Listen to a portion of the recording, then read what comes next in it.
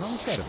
നിങ്ങൾ നമ്മൾ എൻ്റെ ചാനൽ ഇന്ത്യയുടെ ആദ്യമായി ചരിത്രത്തെപ്പറ്റി ഓർക്കുമ്പോൾ എന്തൊക്കെയാണ് കാണുകയാണെന്നുണ്ടെങ്കിൽ മനസ്സിലേക്ക് വരുന്നത്? ദയവായി സബ്സ്ക്രൈബ് ഒരുപാട് കാര്യങ്ങൾ ചെയ്യുക വരും അല്ലേ? എന്ന് പക്ഷേ ഒരു അഭ്യർത്ഥിക്കുന്നു. കാര്യം നിങ്ങൾക്കറിയാമോ? ഞാൻ നമ്മുടെ നിങ്ങൾക്ക് ചരിത്രത്തിലെ വേണ്ടിയിട്ട് ഏറ്റവും വിലപ്പെട്ട ചില പലതരത്തിലുള്ള നിധികൾ വീഡിയോകൾ ഞാൻ അവയൊന്നും അപ്ലോഡ് ഇന്നിവിടെ ചെയ്തിട്ടുണ്ട്. ഇന്ത്യയിലില്ല. നിങ്ങൾക്ക് ആ അവയെല്ലാം കണ്ടന്റുകളെല്ലാം ബ്രിട്ടനിലാണ്. ഇഷ്ടപ്പെടും എന്ന് അപ്പോൾ ഞാൻ എങ്ങനെയാണ് കരുതുന്നു. നമ്മുടെ ഈ അമൂല്യ നിങ്ങൾക്ക് നിധികൾ അങ്ങ് കടൽ ആവശ്യപ്പെട്ട കടന്ന് അവിടെ എത്തിയത്? അവ തിരികെ ആവശ്യപ്പെടുന്ന കൊണ്ടുവരാനുള്ള ഏത് ശ്രമങ്ങൾ വീഡിയോ എവിടെ വരെയായി? വേണമെങ്കിലും ഞാൻ ചെയ്യാൻ നമുക്കൊന്ന് ശ്രമിക്കാം. വിശദമായി നിങ്ങൾ നോക്കാം. കമന്റിലൂടെ ഒന്ന് അറിയിച്ചാൽ ചിന്തിച്ചു മാത്രം നോക്കൂ. മതി.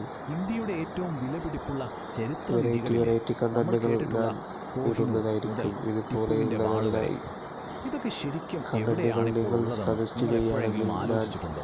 എന്നെ ഉത്തരം കൊണ്ടാവുന്ന തരത്തിൽ ചിലപ്പോൾ ഞാൻ നിങ്ങളെ ഇട്ടുകൊള്ളാം. ശരിക്കും നിങ്ങൾ അത്ഭുതപ്പെടുത്തും, അല്ലെങ്കിൽ സപ്പോർട്ട് ചിലപ്പോൾ ചെയ്യാൻ എന്ന് നിരാശപ്പെടുത്തിയേക്കാം. മാത്രം എന്തായാലും ഞാൻ ഈ അവയൊന്നും ഇവിടെ ഒരു ഇന്ത്യയിലില്ല. അവസരത്തിൽ ഞാൻ സത്യത്തിൽ പറയുന്നു. നമ്മുടെ സാംസ്കാരിക പൈതൃകത്തിന്റെ ഏറ്റവും പ്രധാനപ്പെട്ട ചില ഭാഗങ്ങൾ സൂക്ഷിച്ചിരിക്കുന്നത് ആയിരക്കണക്കിന് മൈലുകൾക്കപ്പുറം അങ്ങ് ബ്രിട്ടനിലാണ്. അപ്പോൾ നമ്മുടെ ഈ യാത്രയുടെ ആദ്യ ഭാഗത്ത് ഈ നഷ്ടപ്പെട്ടുപോയ നിധികളുടെ കഥയാണ് നമ്മൾ നോക്കാൻ പോകുന്നത്. അതായത് സ്വന്തം നാട്ടിൽ നിന്ന് പറിച്ചെറിയപ്പെട്ട നമ്മുടെ വിലമതിക്കാനാവാത്ത പൈതൃകത്തിന്റെ കഥ. അപ്പോ അടുത്ത ചോദ്യം ഇതാണ്: എങ്ങനെയാണ് ഇന്ത്യയുടെ അഭിമാനമായിരുന്ന ഈ വസ്തുക്കളൊക്കെ കടൽ കടന്ന് അങ്ങ് വിദേശത്തെത്തിയത്? നമുക്ക് കുറച്ച് പ്രധാനപ്പെട്ട ഉദാഹരണങ്ങൾ എടുത്തു നോക്കാം. നമ്മുടെ ഈ കഥ തുടങ്ങുന്നത് അമരാവതിയിൽ നിന്നാണ്. ഒന്ന് കണ്ണടച്ചാലോചിച്ചു നോക്കൂ. ഏകദേശം 2000 വർഷം മുമ്പ് ആന്ധ്രയുടെ മണ്ണിൽ പ്രൗഢിയോടെ നിന്നിരുന്ന ഒരു ഭീമാകാരമായ ബുദ്ധസ്തൂപം. ആ വലിയ സ്തൂപത്തെ അലങ്കരിച്ചിരുന്നത് ബുദ്ധന്റെ ജീവിതത്തിലെ കഥകൾ പറയുന്ന അതിമനോഹരമായ കൊട്ടുപണികളായിരുന്നു. ഇവയാണ് അമരാവതി മാർബിൾസ് എന്നറിയപ്പെടുന്നത്. അപ്പോ ഇത്രയും മഹത്തരമായ ഈ ശില്പങ്ങൾ എങ്ങനെ ലണ്ടനിലെത്തി? കഥ ഇങ്ങനെയാണ്. 1845-ൽ സർ വാൾട്ടർ എലിയറ്റ് എന്നൊരു ബ്രിട്ടീഷ് ഉദ്യോഗസ്ഥൻ ഈ സ്തൂപം ഖനനം ചെയ്യുകയാണ്.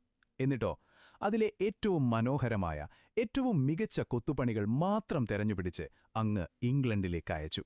ഏറ്റവും വലിയൊരു വിരോധാഭാസം എന്താണെന്ന് വെച്ചാൽ, ഇന്ന് ബ്രിട്ടീഷ് മ്യൂസിയത്തിൽ ഇവ അറിയപ്പെടുന്നത് എലിയറ്റ് മാർബിൾസ് എന്ന പേരിലാണ്. അതുകൊണ്ടാണ് പല ചരിത്രകാരന്മാരും ഇതിനെ ഇന്ത്യയുടെ സാംസ്കാരിക ചരിത്രത്തിലെ ഏറ്റവും വലിയ നഷ്ടങ്ങളിലൊന്ന് എന്ന് പറയുന്നത്.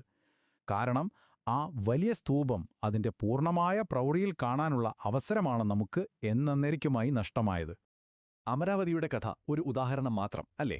ഇനി നമുക്ക് ബ്രിട്ടീഷുകാരുടെ പേടി സ്വപ്നമായിരുന്ന മൈസൂർ കടുവ എന്നറിയപ്പെട്ടിരുന്ന ടിപ്പു സുൽത്താന്റെ നിധികളുടെ കഥയിലേക്ക് പോകാം. നമുക്കറിയാം, 1799-ൽ ടിപ്പു പരാജയപ്പെട്ടതിനു ശേഷം അദ്ദേഹത്തിന്റെ കൊട്ടാരം മുഴുവൻ കൊള്ളയടിക്കപ്പെട്ടു. ടിപ്പുവിന്റെ വസ്തുക്കളുടെ കൂട്ടത്തിൽ ഏറ്റവും പ്രശസ്തമായ ഒന്നാണിത്. ടിപ്പുവിന്റെ പുലി എന്ന് കേട്ടിട്ടുണ്ടോ? ഇതൊരു വെറും ശില്പമല്ല, ഇതൊരു മെക്കാനിക്കൽ ഓട്ടോമാറ്റനാണ്. അതായത് ഒരു യന്ത്രം. അതിന്റെ സൈഡിലുള്ളൊരു കൈപ്പിടി തിരിച്ചാൽ ഒരു ബ്രിട്ടീഷ് പട്ടാളക്കാരനെ ഒരു പുലി കടിച്ചു കീറുന്ന ശബ്ദം, പുലിയുടെ ഗർജനവും ആ പട്ടാളക്കാരന്റെ നിലവിളിയും നമുക്ക്